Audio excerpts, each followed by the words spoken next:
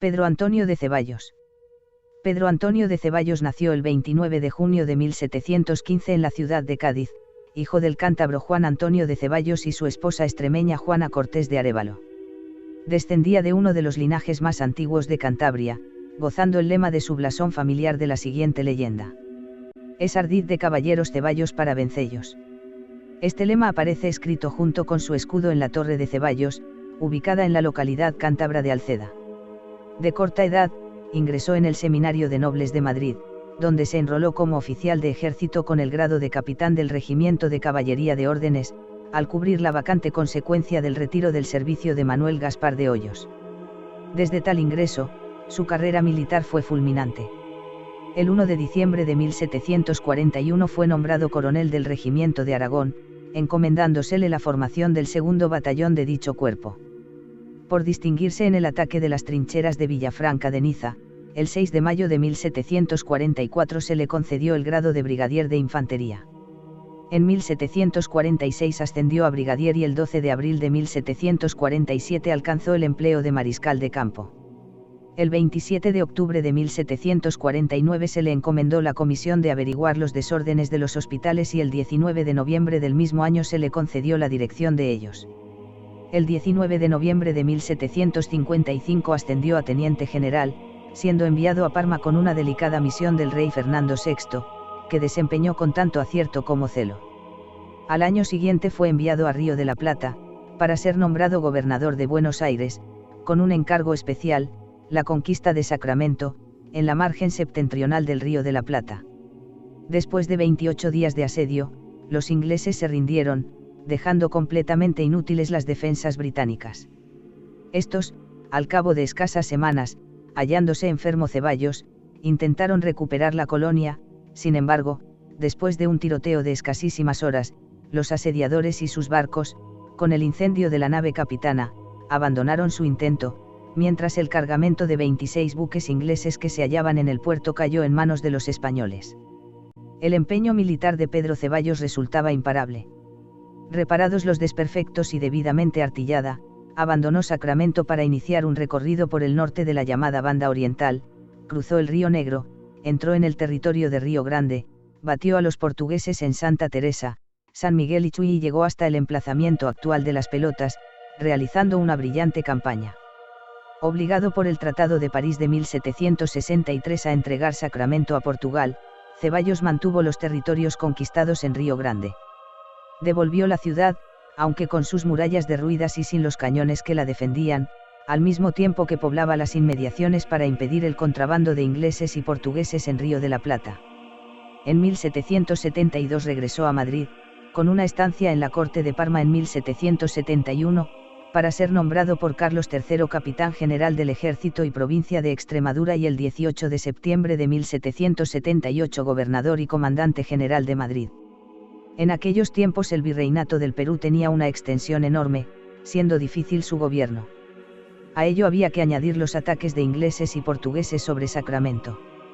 Rotas las hostilidades entre España y Portugal, en julio de 1776, Ceballos fue destinado como virrey al nuevo virreinato de Río de la Plata, creado por Carlos III. Dicho virreinato comprendía a las gobernaciones de Buenos Aires, el Tucumán, el Paraguay, la Real Audiencia de Charcas y el Corregimiento de Cuyo, todos ellos dependientes hasta entonces del Virreinato del Perú. Ceballos, conservando los empleos de consejero de guerra y gobernador y comandante general del Madrid, abandonó la península el 13 de noviembre, saliendo de Cádiz con 116 naves y 9.000 hombres. Llegado a América en febrero de 1776, inició la campaña conquistando Isla Santa Catalina, sin apenas resistencia.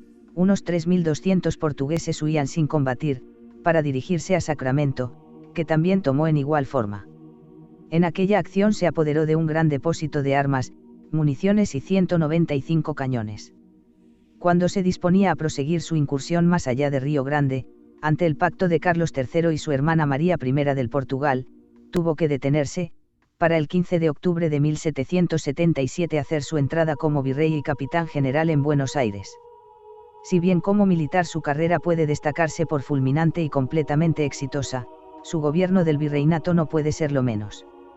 Durante él instauró y aplicó en 1778 la pragmática o ley de libre comercio, lo cual significaba la autorización del arribo y tráfico de toda clase de mercancías al puerto de Buenos Aires, lo cual devino en un incremento del desarrollo de la ciudad y gobernaciones del virreinato.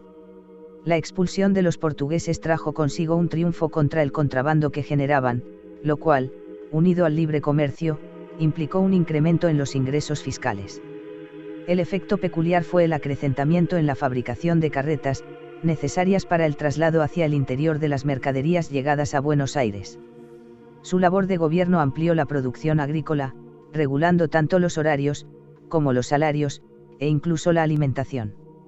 Reguló la sanción a borrachos y jugadores, estableció una audiencia en Buenos Aires y se preocupó de la limpieza de las calles, del saneamiento, creando, asimismo, las comunicaciones con las distintas gobernaciones que integraba el virreinato.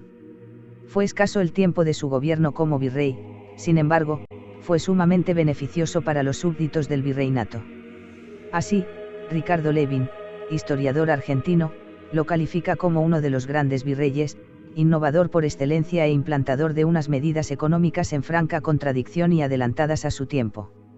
Mientras tanto, el también historiador Enrique Barba, indica que, merced a su impulso, en las provincias y en todo el Río de la Plata renació un comercio que, sin ser conscientes, estableció el inicio de la futura revolución. En conclusión, su prestigio fue enorme en su tiempo, tanto como militar, como político. En junio de 1778, recibió de regreso en Buenos Aires a Juan José de Bertiz, que acababa de ser nombrado segundo virrey del Río de la Plata. Pocos días después, el 30 de junio de 1778, partió desde Montevideo hacia España, acompañado del paludismo que había contraído por allá 1756.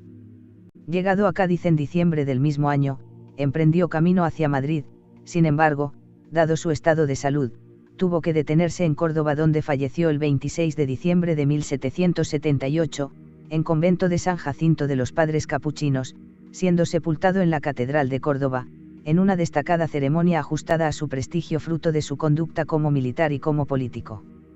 Facsímil de una impresión que reúne sus apellidos y títulos.